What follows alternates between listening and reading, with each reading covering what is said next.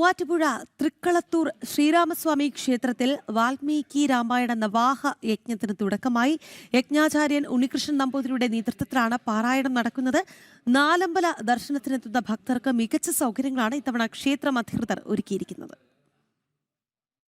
കർക്കിടകത്തിൽ രാമായണശീലുകൾ നാടെങ്ങും മുഴങ്ങവേ ചരിത്രത്തിലാദ്യമായി തൃക്കളത്തൂർ ശ്രീരാമസ്വാമി ക്ഷേത്രത്തിൽ വാൽമീകി രാമായണ നവാഹ യജ്ഞത്തിന് തുടക്കമായി. ക്ഷേത്രത്തിൽ രാമായണ മാസാചരണത്തിന്റെ ഉദ്ഘാടനം ശബരിമല മുൻ മേൽശാന്തി AR രാമൻ നമ്പൂതിരിപ്പാട് ഭദ്രദീപം തെളിയിച്ച് നിർവഹിച്ചു. യജ്ഞാചാര്യൻ ഉണ്ണികൃഷ്ണൻ നമ്പൂതിരിയുടെ നേതൃത്വത്തിലാണ് പാരായണം നടക്കുന്നത്. കേരളത്തിലെ പ്രമുഖ ശ്രീരാമക്ഷേത്രങ്ങളിലൊന്നായ തൃക്കളത്തൂർ ക്ഷേത്രത്തിന് നിരവധി പ്രത്യേകതകളുണ്ട്.